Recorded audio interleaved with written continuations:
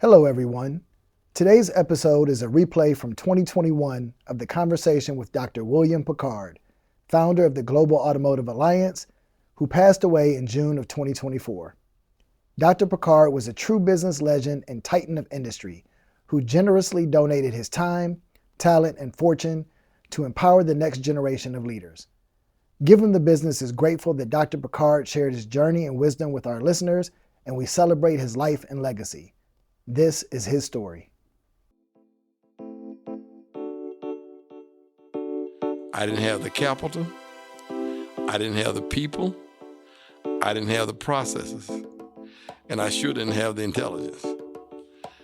And I damn near crashed. I went all the way to the bottom.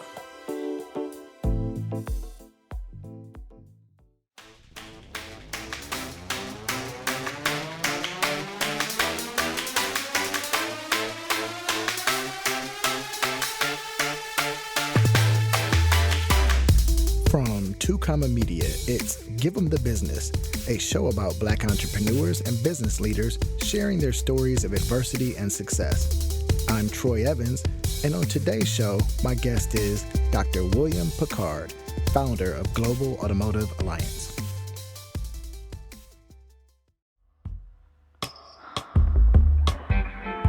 During the 1970s, a sign of the times was a rare and unique opportunity where corporate America was actively seeking Black business-minded individuals to take a risk and become entrepreneurs and help diversify the manufacturing supplier pool. If you were bold, fearless, and crazy enough to believe that you could be one of the first Black business owners in a particular industry, then the moment was ripe to be seized. And that's exactly what Bill Pickard did when he launched Global Automotive Alliance and became one of the most successful Black business people in the history of America, with annual sales of over $500 million. But Brother Bill didn't start off planning to conquer the automotive business world. He was just a man of the people, fighting for the rights of the Black citizens of Cleveland, Ohio. His courage may have been forged in the streets of the 1966 Huff riots, but those seeds were planted and nurtured in the red clay of LaGrange, Georgia. Well, the irony of life, God is so special because I lived in LaGrange. I was born in LaGrange, lived in LaGrange until I was in the 10th grade. So that would probably be, 15, 14, 16? And then we moved to up south. So I was down south in LaGrange.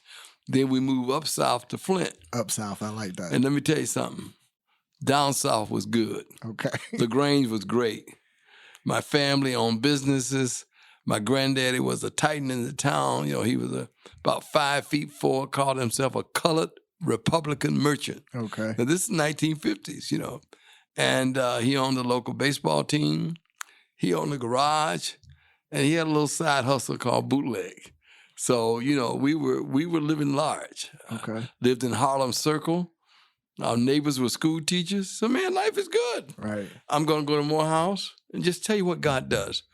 When I graduated from the 8th grade at Thomastown Elementary School in LaGrange, Georgia, we had a commencement speaker. They bring back to LaGrange a senior student at Morehouse named Otis Moss to give us the commencement address. Mm-hmm. Now, I'm probably, 15? You're sitting there, you probably got your Sunday suit on. And this man said something I have never forgotten. Otis Moss says, success without service is worse than a thief in the night. Mm-hmm. So if you become successful, and if you don't service the people, the community, and the God that help you become successful, you're worse than a thief. I have never, ever forgotten that one. Well, he is known for dropping some jewels. I like to think that I pull, good information and role model examples from various people that I interact with. But growing up, he was one of my role models that I really looked up to and really admired. When I was going to a predominantly Black suburb school in Warrensville Heights, Ohio, which I'm sure you're familiar with. And my mother got married, and we ended up going to Orange High School, one of the most, wealthy public school districts in the state of Ohio. And for Black History Month, I had Reverend Moss come out and speak to the class, and I was just amazed at the way he commanded that audience of young high school students and whatnot. He's always dropping gems. Yes, it's a gift. Yes, you said he mentioned what is required in terms of service. One of the quotes you had in the book, which I really liked, by Mary Wright Edelman, is service is the price we pay for being. Right, the rent we pay. That is that's a very interesting quote that I believe in as well. Yeah. So you've definitely done a lot of that. So you clearly had entrepreneurship examples when you were in LaGrange. Yeah. One of the things you mentioned and you were fond of was your uncle, who was in the numbers business. And I feel synergies there too, because my family was in the number business when I was growing up. And in the background, I always heard 304 box for 50 cents and things of that nature. Right? But you learned a lot from being able to witness your grandfather and then your uncle. They all had major influence on you. Tell me a little bit more about that. Major. I tell you, well, one of my things I love to tell people about is two-arm living. Now, everyone can't come out and create a business going to do 400, 500, $1 billion. Mm-hmm. So my grandfather was a big disciple of two-arm living. You're 18 years old, you're 17. What is the man talking about? Two-arm living. Well, I had an uncle who was a shop teacher. He taught shop in school. He said, "You ain't gonna never make no money doing that. Why don't you get out and hustle? Why don't you get out and repair stuff, fix people's houses?" And so I'm listening now. I'm 16, I think it was. So I'm listening. He said, for an example, half of these women around here, they can't even put a screen door in. Go by there and put the screen door in for them. And you make a little money on the side. Oh, you got a job and you got to hustle. Mm-hmm. Now, his hustles were not illegal hustles, right. But that concept stayed with me forever. And I thought when I first started out that I would get a PhD and I'd have a little barbecue stand or a record shop on the side. And I had been exposed to Cleveland, those shoulder sandwiches, in Cleveland. Right. So I just knew I was going to get a PhD. And then I'm gonna have a little side business. I'm set. That's where I thought I was going at one point. And that's interesting because one of the things that is also very interesting to me about you is the fact that you have that PhD, right? You started off down an education path. Social work was where you thought you were going to be. And you don't see a lot of people make the pivot from that academic life to be such a successful entrepreneur. And beyond that, you had your focus on Black causes, which I also admire, which is why I have this podcast. But, you were working with the NAACP in Cleveland, going down the academic route, and then you made the shift. How did that occur? Arnold R. Pinckney, who I worked on his campaign to help the Cleveland School Board pass a levy. Yeah. He was at Olivet, and I met Arnold through the family there. Yeah. Well, that man, I mean, you hear about and you talk about life, and you talk about going to a city when you're 20. I was 25 years of age. I hit Cleveland, and Carl Stokes was running for mayor. Arnold's in the mix, and I had a youth group called the Urban League Youth Community, and I had. Oh my gosh, she passed away. Stephanie Tubbs Jones was in my group. She was an 18-year-old kid then. I had all these 18, 19-year-old kids from Cass Tech and East Tech and Kennedy, and we could turn the places out, because it's excitement of young people. So one day, Mr. Pinckney comes and said, "Hey, man," says, "why don't you bring your youth community to the rallies?" Stokes. I said, "Mr. Pinckney," I said, Urban League is not in politics. I don't think we can do that. He said, "You take care of the kids, I'll take care of the politics." Okay. We became known at night, Young Folks for Stokes. Okay. Leonard Tate. We would turn those rallies out, man. Right. And so that got me into the politics. So then Carl wins. He becomes mayor. So Pinckney comes to me and says, hey, now I'm 26 years old. What do I know? He said, listen, you got something special. He said, you want to go to City Hall and work for the mayor? I said, no, sir. I don't want to do that. He said, what do you think you want to do? I said, I don't know. I think eventually I want to get a little business and keep doing what I'm doing. But no, I don't want to do that. He said, okay. This is the God's truth. He called me 2 weeks later and says there's a job open for the NAACP executive in Cleveland. Mm-hmm. And I think you should apply. Man, I'm 27 years old. Right. What do I know? What do I know? I applied. The search committee chair was Charles Perry. Who I know also. That was his business partner. Right. It's Pinckney Perry Insurance. Right. I got the job. Right. And man, I hit the town at the right time. Stokes is mayor. Black folks are strong. And the NAACP and the civil rights movement is moving. And then along come McDonald's boycott. So, Carl Stokes, first black mayor of a major city in the United States. Mm-hmm. And then you mentioned the kind of the timing of that, which I found to be interesting because I've talked to a lot of successful black professionals who made it through corporate America and whatnot. Mm-hmm. And that timing of the 70s was very critical to that success. And you mentioned it in your book too. But, I don't know that those opportunities would exist today to get in ground floor of McDonald's franchises and things of that nature. But it existed then. Talk to me about the importance of timing. Yeah, timing. I always say this, and this bothers me a little bit. When I hit the late 60s and the early 70s, black people who were comfortable, middle class, lawyers, doctors, judges, they were pushing to open doors in business for black people. They were pushing General Motors in Detroit to bring on black dealerships. Then they were pushing Ford Motor Company to put blacks as suppliers. And then they were encouraging McDonald's to give black franchises. Nobody realized that was not a black person in America in 1969 that had a McDonald's franchise until Rabbi Hill did this thing in Cleveland. So that period of time was what I call a magic moment. And what I worry about, my generation hasn't been as activists and keep pushing those doors and opening those doors. Mm-hmm. But I think we have been activists in helping people see the vision and create the possibilities. I mean, now you can see black companies that are doing $1 and $2 and $3 billion, you know.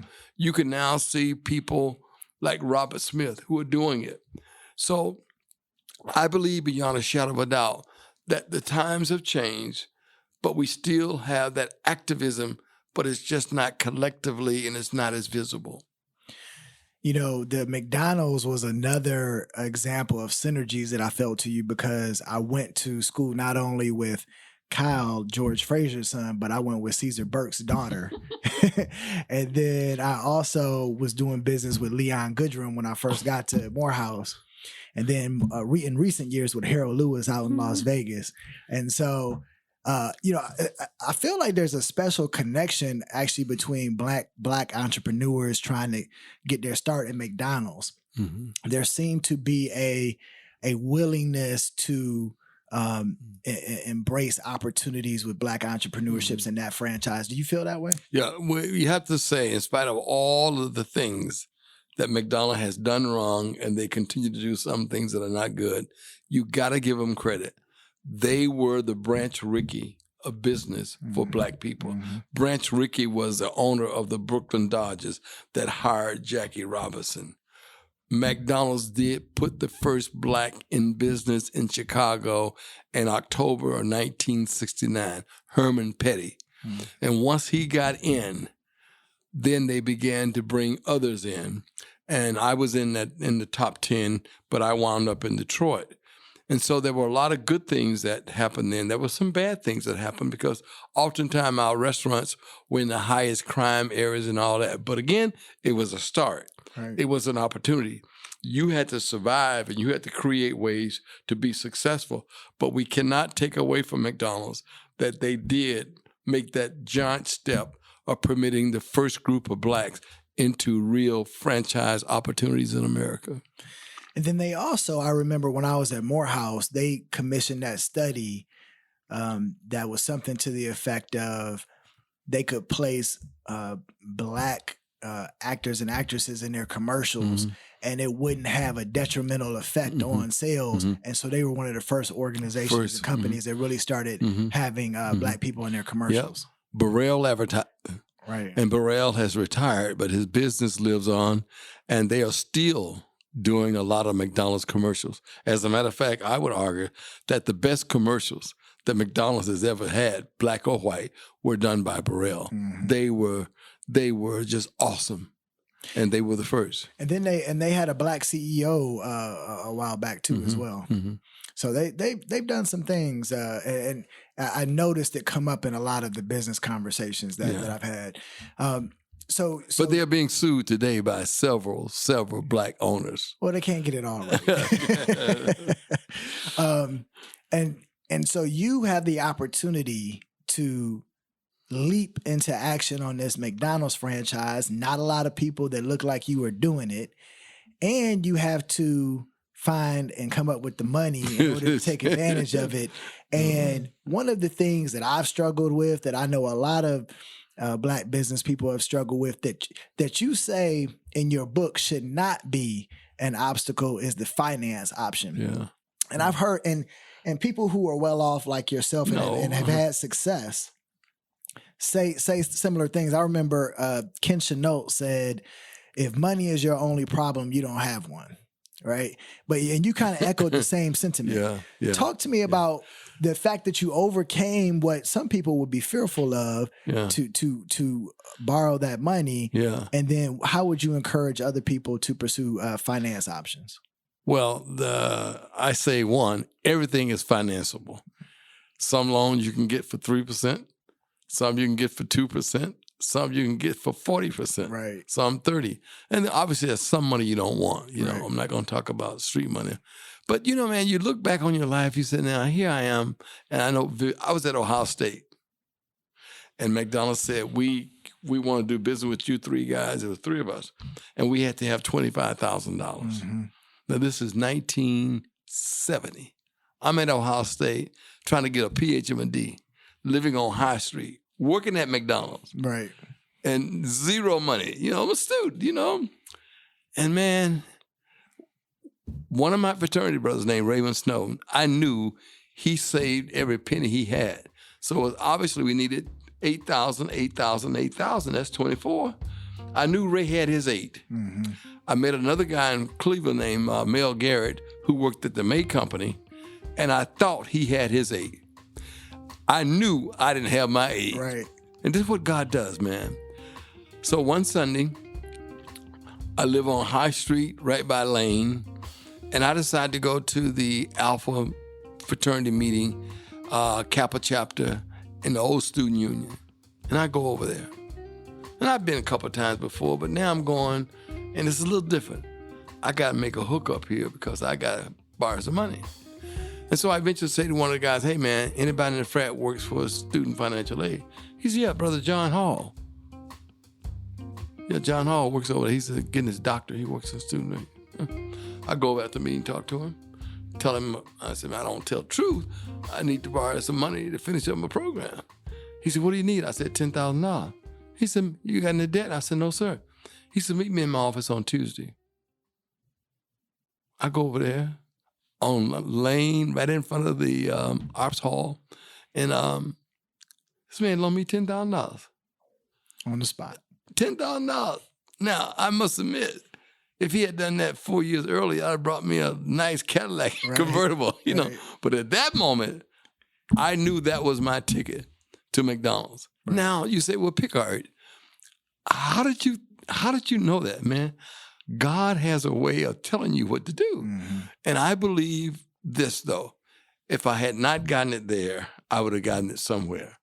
And I probably would have borrowed it from somebody and would have had to pay it back, and therefore would have had to probably wind up giving them a percentage of my business to get the loan. But I really believe, man, that when these opportunities show up, that if you can talk to people, if you can interact with people who've been down this road, there are lots of ways that we can help you find that money.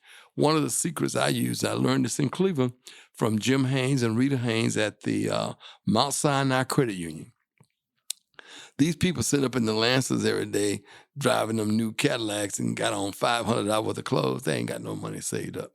But you find them people at Mount Sinai Baptist Church who work in the post office. Mm-hmm. They've been saving money for years working at the post office.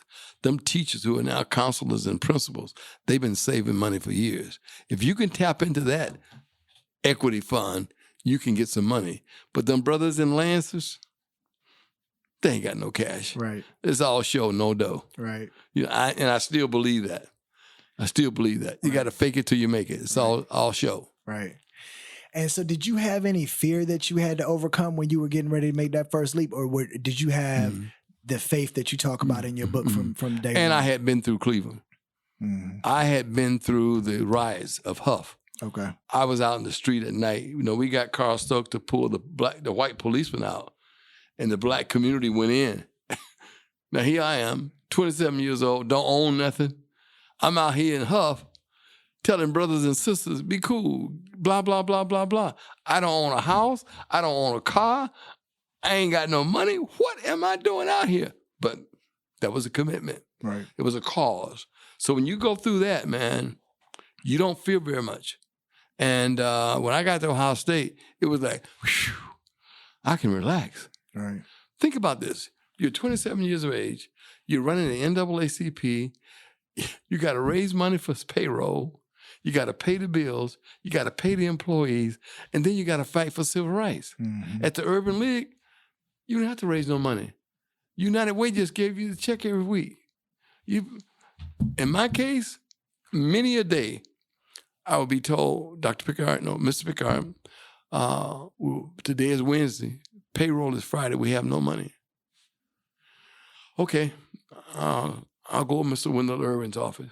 He was at 105 Superior. He was the president of the branch. He was an insurance man. I go over there, wait for him. He didn't drive. Insurance man didn't drive. I put him in my car. We drive up to East Boulevard. He go up the hill steps, come back, drive down the street here. He runs there, come on. Hey, come on. I'm like, what the hell's he doing? No, what's going on, huh? Then he said, take me to the Cleveland Trust night deposit box at 105th and Euclid. Then he put deposit in. I later learned what he was doing. The number men were giving him the money to keep the NAACP alive. Mm-hmm. Jesus Christ. Right. I had no idea. So when you go through that, man, and you finally realize what's going on, you say, hey, this community has strength. We can find a way to help each other. We can find a way to coalesce. Because I would have never thought, man, that Reggie White and all those guys and Mr. C. Wright and all those people, I would have never thought they were helping out with the NAA, but they were. So when you leave that, at least when I left that, I had a new sense of entitlement. I had a new sense of belief about what we could do as a people, and I felt better about Bill Pickard. As you say, the number business financed many of legitimate opportunity in the neighborhood. Legitimate. Right. So now you've got the McDonald's franchise. It's going well, and you decide you want more McDonald's franchises. Yeah, I called myself the pop-up Negro. I had a PhD. I was lecturing all over the country for McDonald's on how to treat people, and I just knew I was it. Whenever they needed a Negro to pop up, I raised my hand, I popped up, Right. And they built a restaurant, a brand new restaurant, right near where I live. I lived in an area that was about like Shaker Heights, one of the few blacks out there in an apartment, and they was going to put that restaurant. I knew the pop-up Negro had it. Right. Pop-up Negro didn't get it. That's okay. You made your decision. Now I'm going to make mine. Mm-hmm. And I started looking at other opportunities. At that time, I had 5 restaurants.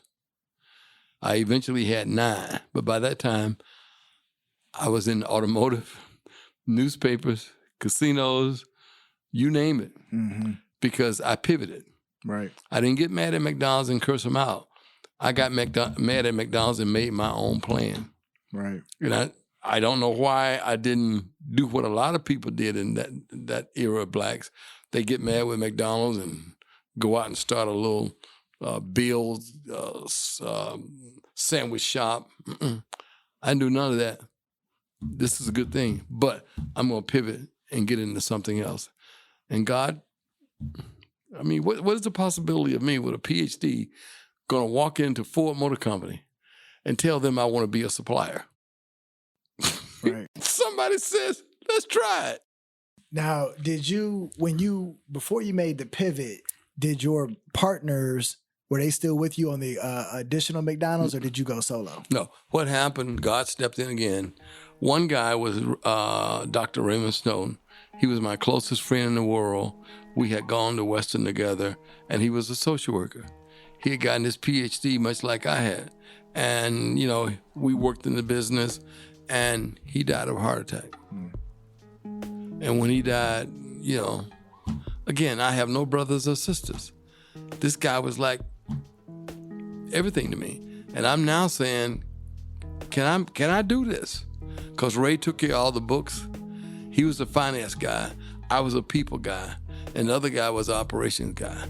And the other guy, I love him, but he couldn't lead a parade down a hill. So I remember, man, vividly, I took a long drive, about 5 hours, just trying to ask myself, can I do this financial thing? Can I keep this thing going? And McDonald's helped me make a decision because they called us in and said, look, you get 2 restaurants. They gave his wife, the one that passed 2 restaurants, and they gave Garrett 2 restaurants. So my problem is solved because now I only have 2 restaurants to worry about. And I know I can handle at least 2. And then I started building all over again. After the break, how does Dr. Pickard pivot from the safe haven of the franchise formula to the lucrative land of corporate acquisition? I'm Troy Evans, and you're listening to Give 'em the Business. Give 'em the Business is sponsored by Oasis Vacations. You deserve the luxury vacation of your dreams. Don't leave your travel accommodations to chance and take the worry out of your next destination vacation. Be well-traveled and visit vacationwithoasis.com.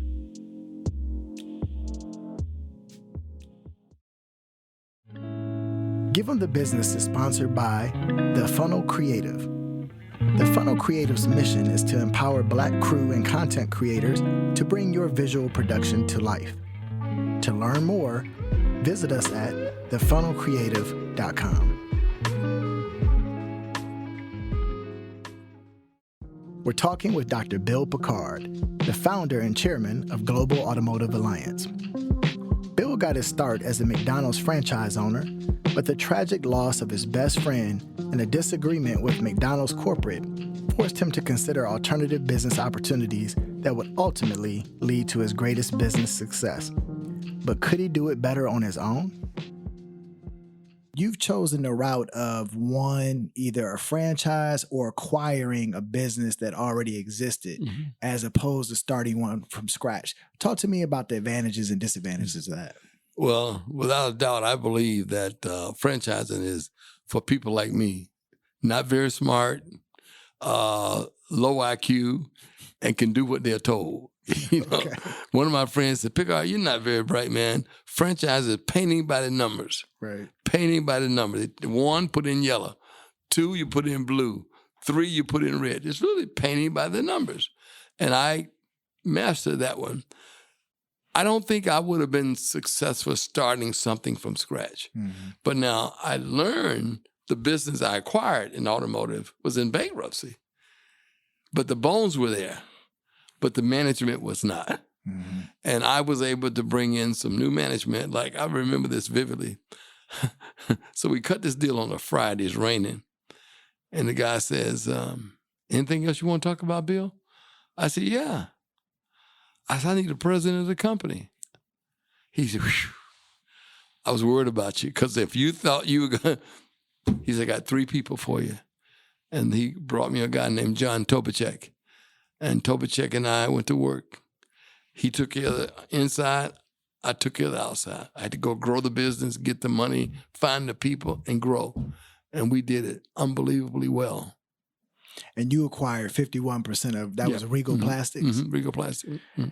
And so that does well, starts to grow. And then you have the foresight to say, well, let me look for some other additional auto suppliers that can be merged into this opportunity. Talk to me about your thoughts there. Well, sometimes it's just God.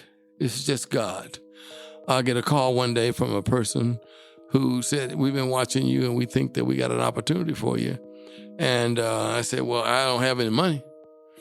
He said, well, we can fix that. And again, I was able to buy another company and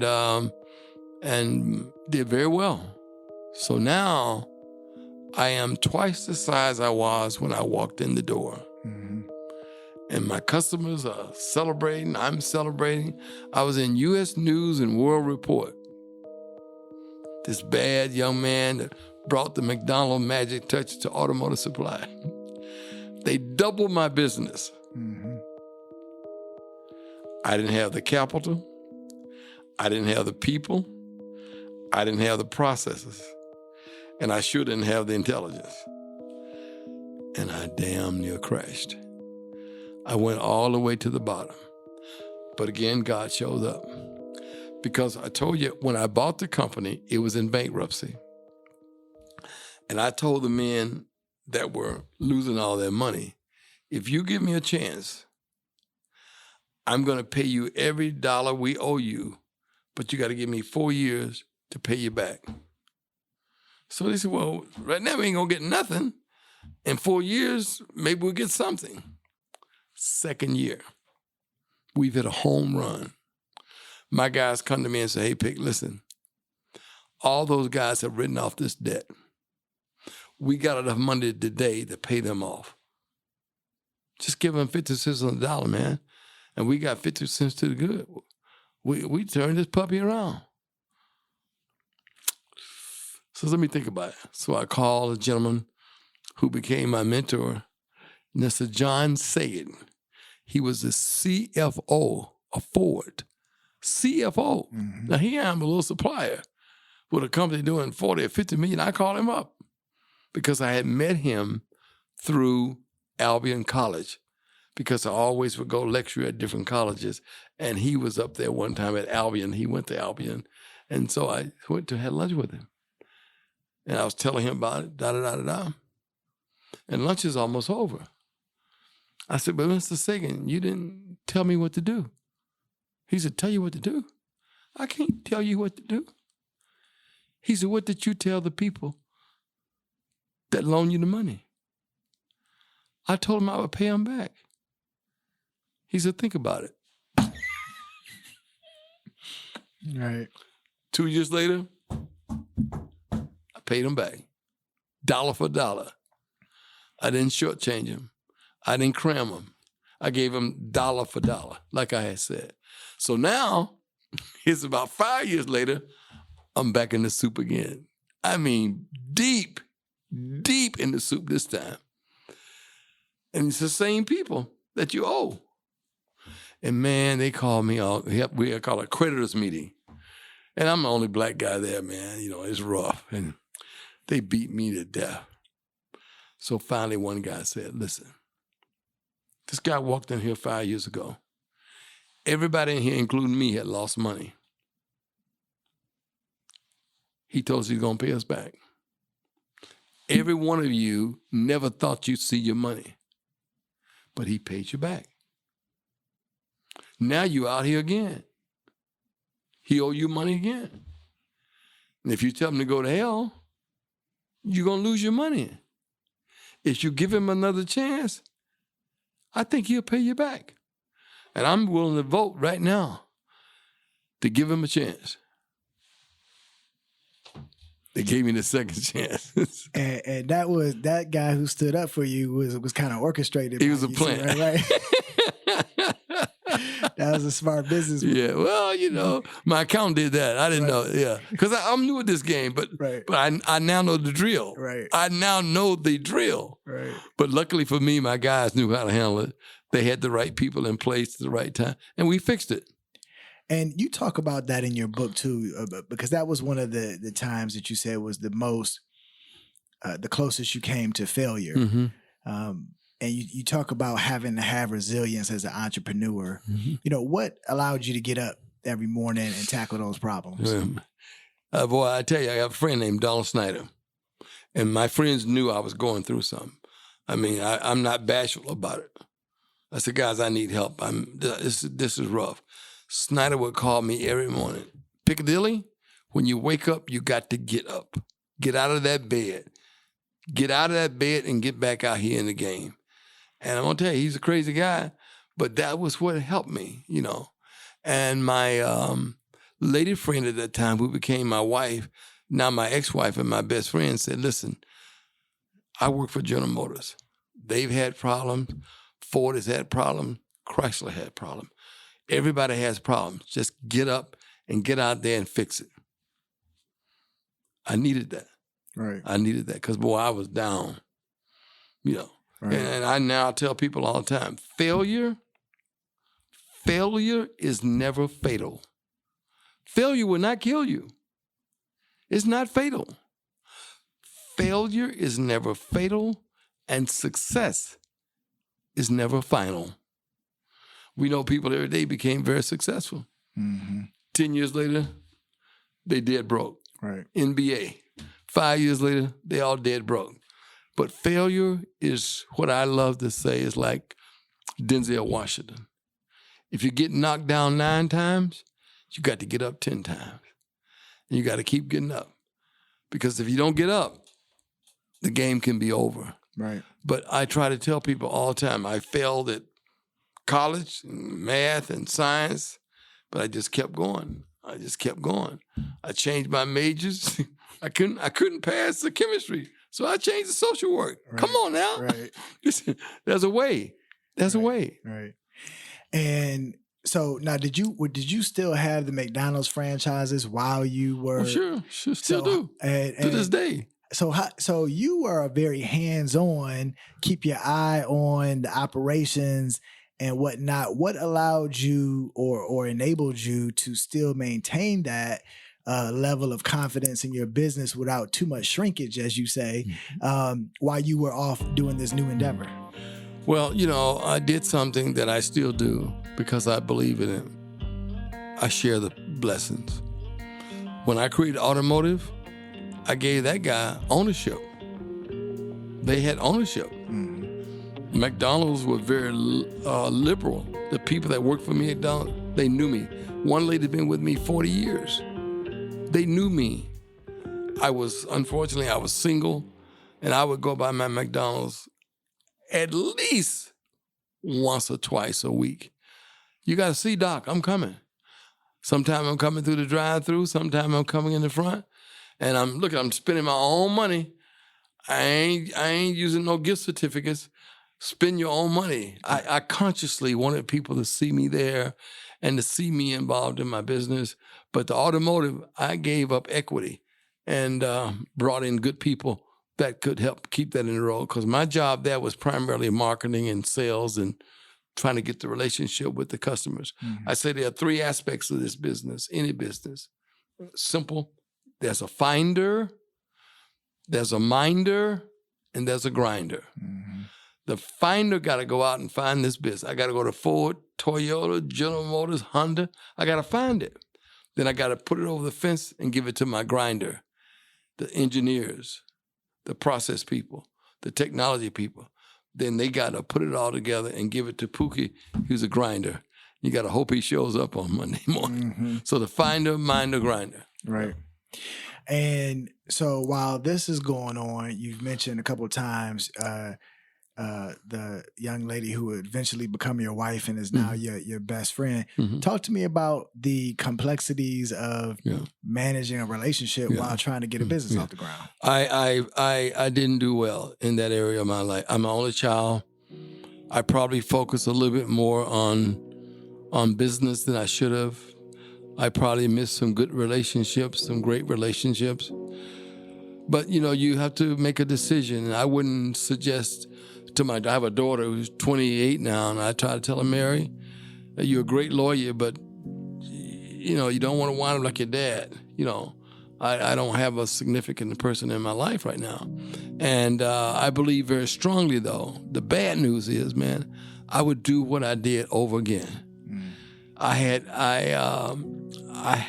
was driven not so much by money, but someone asked me at Georgia State, I was with Cassius Butts, and a young white girl raised her hand. She said, well, now you do all this and all of that, but when you first started out, what was your goal?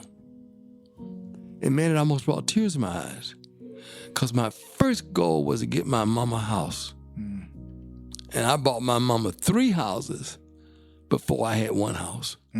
3. And now, she would have said to me, boy, it doesn't take all this. Take some time and develop a relationship. I want grandkids and all that. But I was focused on, and it wasn't the money, but I knew that was a magic moment. I knew that these opportunities were not going to last forever, and they did not. Mm-hmm. A lot of them are gone. I was at the Vanguard, and Detroit was different than Cleveland, and Cleveland was different than Atlanta, and Atlanta was different than Charlotte. I would say Detroit might have been the number 1 city for black business people between 1980 and the year 2000. If you don't believe it, go get Black Enterprise and look at the top 100 companies. 20 of those for years were from Detroit, because automotive is so big. Mm-hmm. But then automotive changed.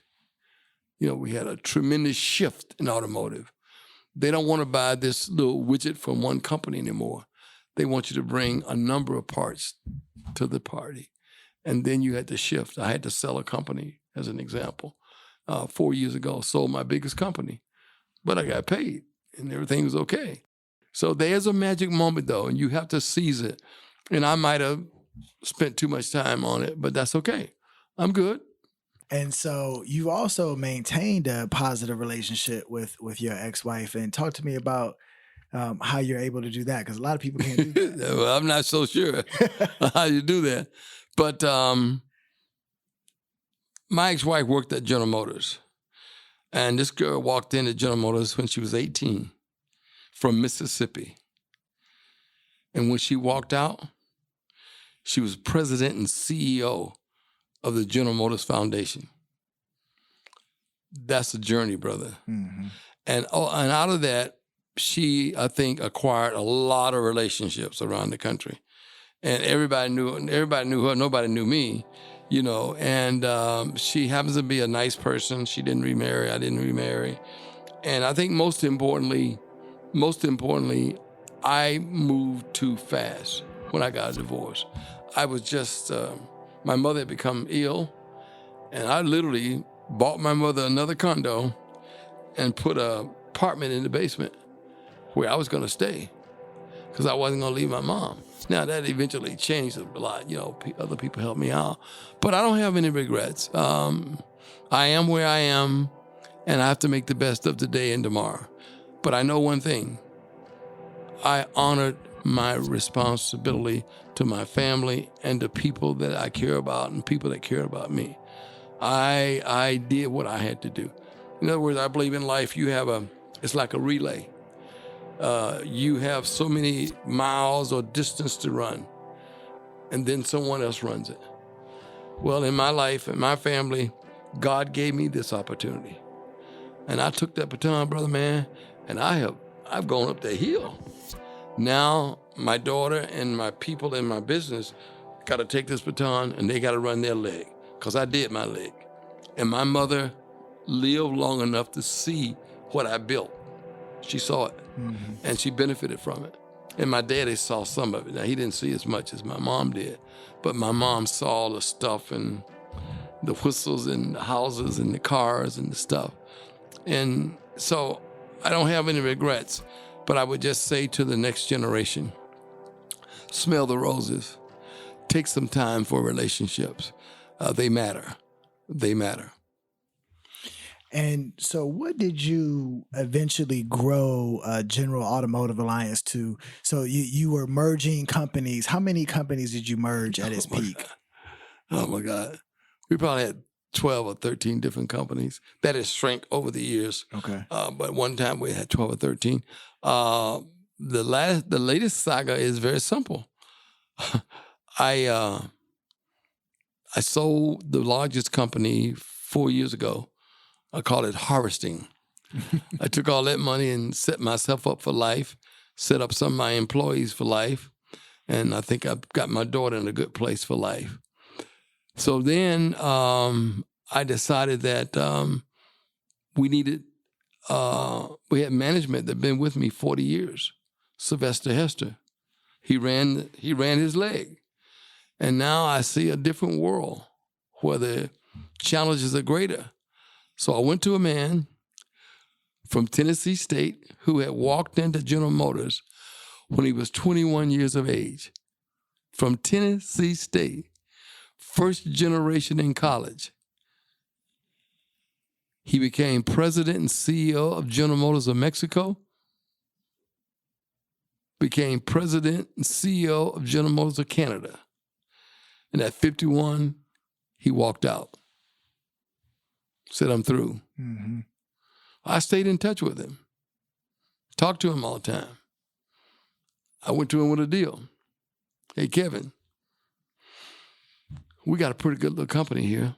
I sold off one of the biggest companies, but the bones are good. Sylvester's done a great job.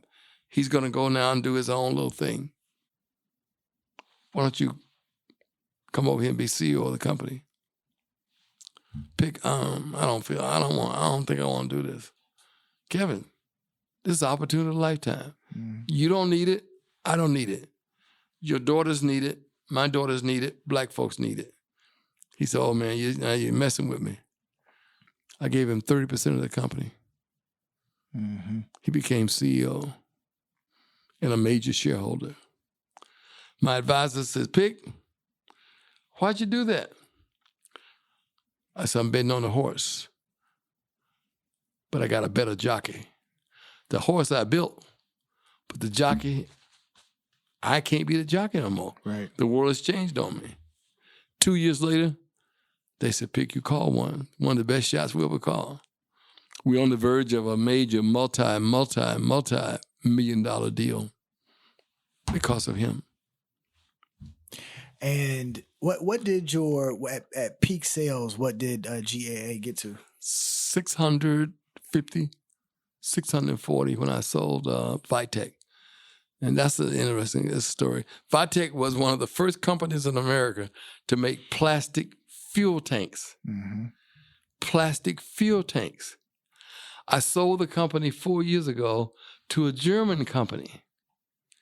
And what's happening to plastic fuel tanks now?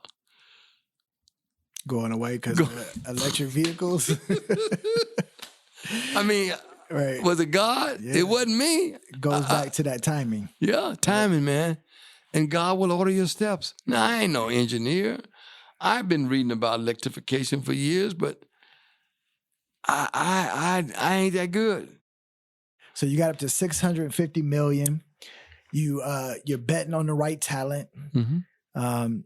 How do you, and you've mentioned first generation college and finding people who still have that hunger. Mm-hmm. How do you identify talent? Again, whether it's a person for McDonald's or whether it's a person for automotive, I ask myself, are they hungry? Are they hungry? Example, no disrespect to my daughter. My daughter is a lawyer. She's not in business. She's hungry, but she ain't real hungry. Mm-hmm. She ain't real hungry. She will probably wind up in the business one day, but that is not her passion. She's going to be a great lawyer. But I want somebody who's hungry. It's hard, and it's hard to teach that hustle. Yeah. Because I struggle now. Right now I'm battling with good is the enemy of great, and what I'm trying to instill in my children is the hunger and the hustle that I had. I used to take the Greyhound bus down from Cleveland to the AUC when I was in 9th grade and 11th grade, and you can't walk onto a Morehouse campus or AUC campus and not immediately get hit with the hustle. So I learned all types of lessons from Otis the Third and others who were already there ahead of me. Mm-hmm. And I got to campus my freshman year, and the first thing I did was go buy $50 worth of Krispy Kreme donuts at 25 cents a donut, and then come back and sell it at 50 cents a donut. Yeah. You know, that's it. And that's then, the concept. Right. And then I bought vending machines and put them on in the dorms, and I started during Thanksgiving. I started a shuttle service to the airport for students wanting to go home, and so Uber. it's hard to get that hustle and teach it to someone else, especially if their parents have been well-to-do and you're trying to instill that in your children. But there's a model here. The Jewish community.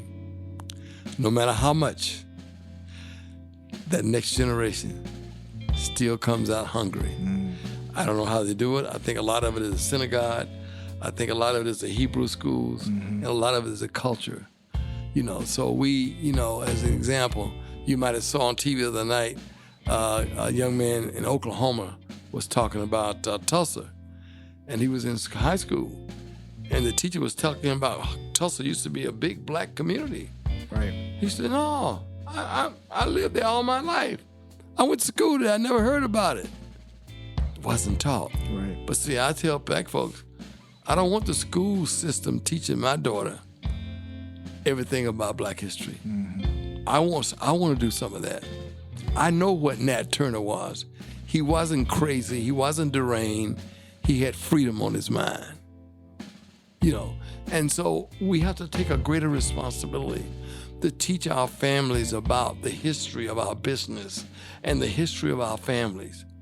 My great-grandfather, bought a farm that still is in the family in 1877. But my fear is that my 92-year-old uncle will die and it will disappear, not on my watch because I will pay the taxes, but there's no one in my family other than me that can pay the taxes on that property. Not because they're bad people, they just don't have the vision, And one of the things, again, why I really wanted you on the podcast is because of your commitment to giving back, that service orientation, and in particular to young Black people. You've never been afraid to share your knowledge or to lend an ear. Talk to me about the importance of reinvesting in that next generation, as you just mentioned. Yeah. Well, again, mine was, I had a grandfather and a community in LaGrange and a community. In Flint, I had examples, though. I know what the number of men did. I know they financed the businesses. I know they paid for kids to go to college, not formally, but informally. So I hope and pray that through my little efforts in my books, and I have 2 books coming out. One is entitled Millionaire Moves Beyond the Pandemic. And it talks about how you pivot and how you survive in a new world pandemic. And the other book is entitled 100 Outstanding African-American Business Success Stories, 1850 to 1950. 1850 to 1950. Now, I'm not throwing shade, but Black college has been in existence over 100 years. Is there one Black college in America today that has a course entitled The History of Black Business in America? Well, you know what? I know you don't need my help, but I'll tell you what, when those 2 books come out, because your first book was so good and inspirational, and I see the reason. Give Them the Business going to purchase at least 100 of them so we can send out to our listeners and whatnot, because that wisdom is going to be greatly needed, and we appreciate you putting pen to paper. Before I let you go, what would you want to say to the up and coming entrepreneur who's getting ready to decide between that steady paycheck and that risk that he's thinking about taking on? What would you say? I would say plan well, plan carefully, read. You don't have to do it all in one day. There is a concept called two-arm living. We talk about the side hustle today. There's nothing wrong with starting out trying to see how to make this thing work. And I will say this, I say it all the time. There's an African proverb that I love. It says, if you want to go fast, go alone. If you want to go far, go with a team. I believe in teams. I talk about my posse in my book. I'm not a smart guy, but some of my guys in my posse are smart as heck. And I believe in teams. I believe in working together, and I believe in sharing the blessings you get. So I hope and pray we must produce more business people who can produce major business that can employ our people. Now, I'm not opposed to the guys and ladies who got 3 or 4 employees and they're doing well and they're riding around in their Lexus and all that. I ain't mad at you. But I want some people to produce 4 and 5 and 700 jobs.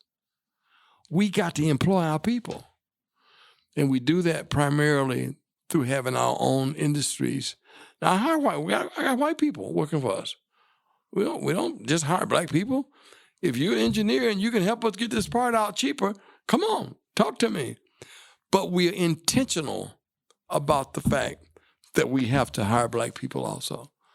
But I ain't hiring poo-poo that can't help me deliver the product to the customer. But I will give him a chance to come in the door. And if he does what he's supposed to do, we'll have an outstanding person one day. So it is a process. It's a process. But it's not rocket science. No disrespect to white people. They're not all smart. They don't have any magic formula. This is hard work then. First is hard work, no doubt about it. Then all these other things, relationships, timing. But it's hard work. And there's nothing nobody on your podcast listening to us cannot do. I have a very simple saying, and I'll close with this. The world is not fair, but God is. The world is not fair, but God is. And secondly, because I'm from LaGrange, Georgia, I know beyond a shadow of a doubt that anybody from anywhere can accomplish anything if they put the work in. If they put the work in. That's Drake, not Bill Pickard. Well, we appreciate the hip-hop reference. We appreciate you taking the time. Dr. Pickard, thank you for giving them the business. That's Dr. William Pickard, founder of Global Automotive Alliance. If you want to learn more about his story, please be sure to check out his book, Millionaire Moves. If you would like to hear more about the Black entrepreneurs and business leaders who have made an impact, make sure to subscribe on Apple Podcasts or wherever you listen to your podcast. Also, make sure to follow us on social media at Give 'Em the Business Podcast. And if you want to send me a message, you can find me at I am Troy D. Evans. Give 'Em the Business is produced by 2 Comma Media. Thanks for listening, and remember to Troy harder.